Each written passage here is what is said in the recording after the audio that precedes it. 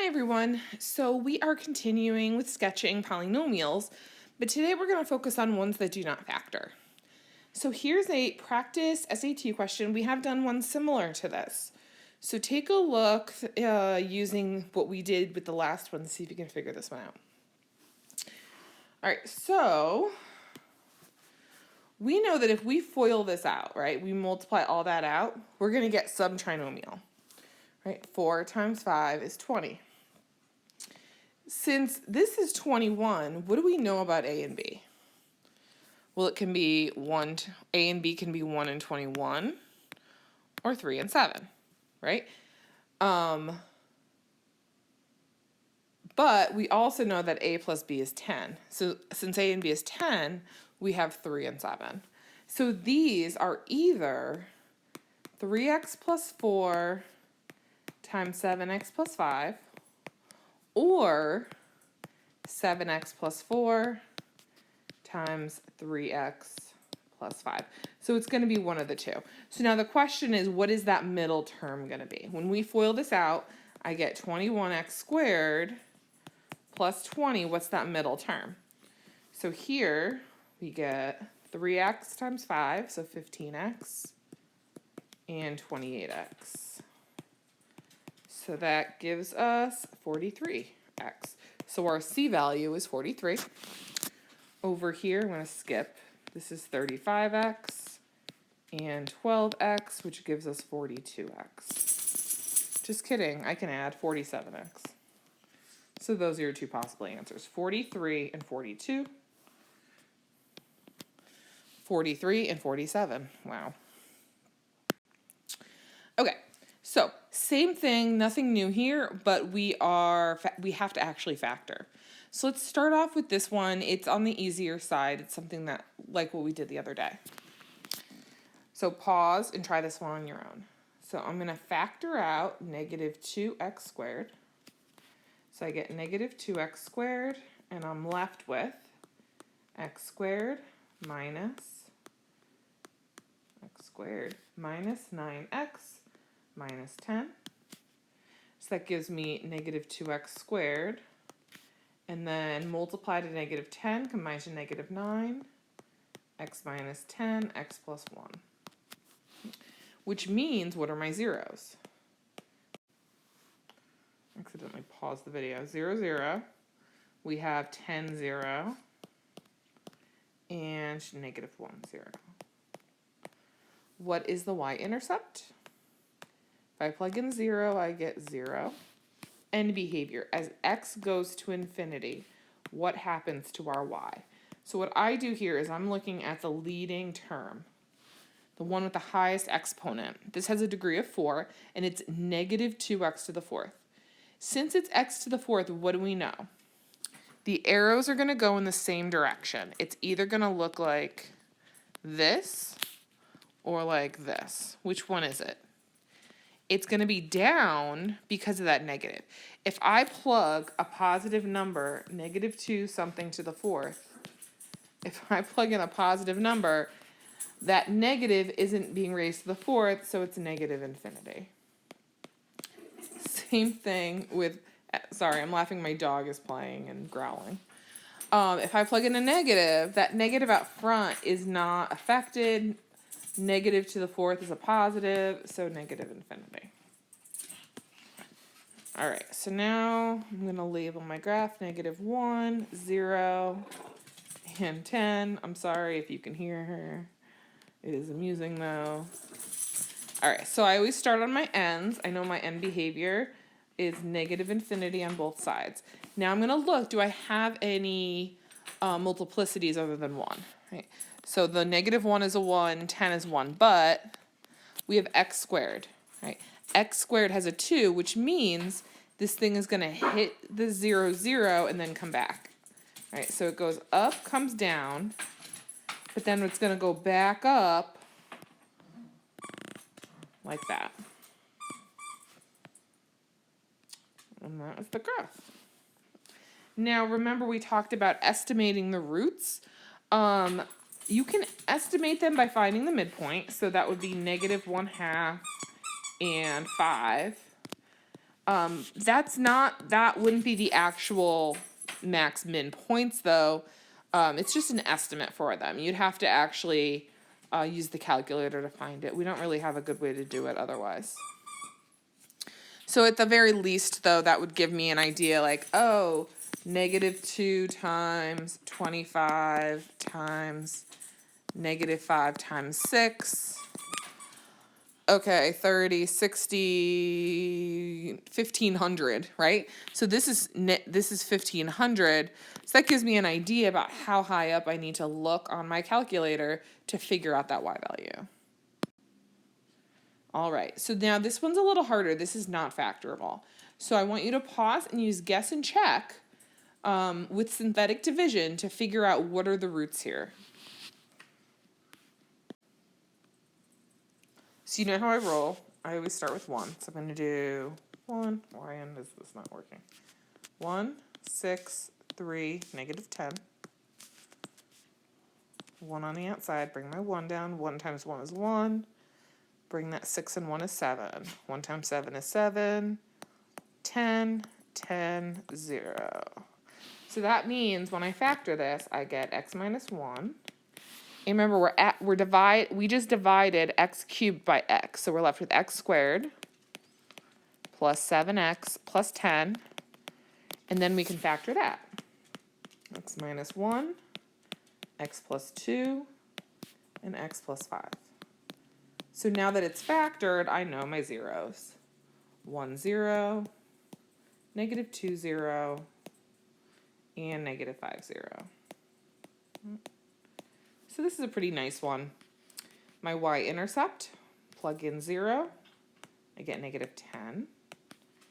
End behavior, as x goes to infinity. All right, my leading term is x cubed. I usually use the leading term of the pre-factored answer. I think it's easier. If I plug in a positive number into x cubed, I get a positive number. If I plug in a negative number into x cubed, I get a negative number. So we've got 1, -2, -5. So as x goes to the right, my y is going up. So farthest to the right going up, farthest left going down. Check, do I have any weird multiplicities or exponents? All of these are a 1. Don't include x to the third. That's not telling you that there's an inflection point. It's the multiplicity on the factored answers. So this doesn't have anything weird happening, so I'm just going to draw a nice smooth curve. And I can label this point right here as -10. That's it. All right, same idea. This one is a little harder though, so do the best you can with it. Hint, hint, I think, I'm not 100%, I'm pretty sure these are going to be fractions. So we got 30, I keep forgetting to fix my pen. 30, -41, -8, and 3. I figured out that -1/3 worked. So if you didn't get that, try it again. So 30, I got -10, gives me -51, 17, 9, -3. So that gives me the factor 3x plus 1. And then don't forget you need to divide all of these by 3. So we're left with 10x squared minus 17x plus 3. And then can we factor that? Pretty sure we can. It's 2x and 5x. 2x, 5x. 5 times 3 is 15. 1 minus. You can do a slide there, but I was able to do it in my head because, you know, I'm the teacher. All right, so that was a little tricky, right? Because all of those were fractions. So this is probably as hard as I would get in terms of, like, the fraction problems. So, yeah. So that means my zeros are -1/3, 3/2, and 1/5. So literally this one's just like silly. There's nothing, once you get those numbers, it's just the same thing all over again. Negative a third, 1/5, and then 3/2. And then my y-intercept is 3. Right, so 3. Since those are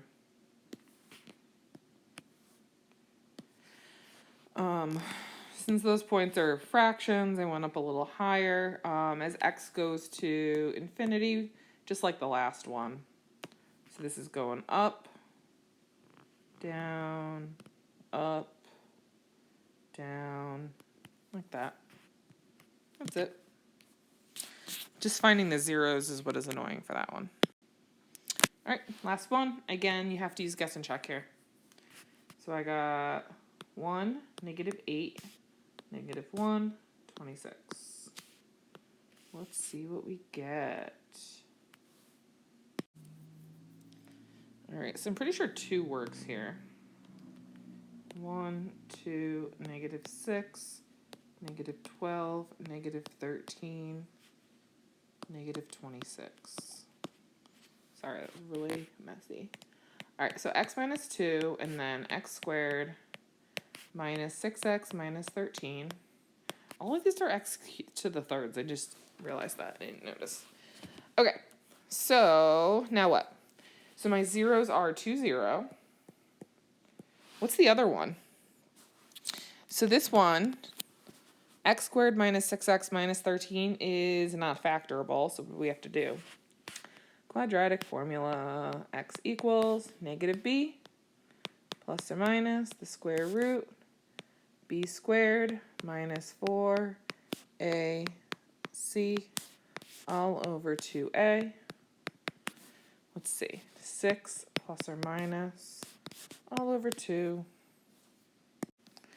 All right, I got the square root of 88.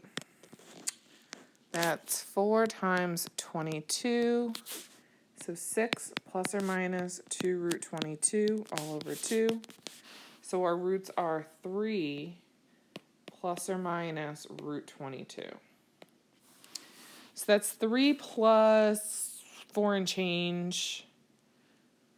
So 3 plus 4 and change, 3 minus 4 and change. So if you want to put those in your calculator and get the actual y values, go for it. I don't have my calculator near me, so I'm not going to bother. My y-intercept is 26, and then that same end behavior, I'm not even going to bother. So we've got 2, 3 plus around 4 and change, it's 7, so I'm going to put this guy here. 3 plus root 22. And then 3 minus root 22, that'll be 3 minus 4, so it's like about around -1, so 3 minus root 22. Somewhere there. So my roots. Again, nothing weird happening here. Just gonna go through it. One thing I do try to do, I try not, so a lot of students, I do it all the time, where they make the vertex right on the y-axis. I'm trying to avoid doing that, which is why I made it a little funky looking. And then this point is 26. We do know that. And that's it. All right, so now it's really just about practice, finding those roots. We're going to practice some more with multiplicity in class. All right, classwork, homework, do all the things. Have a great day.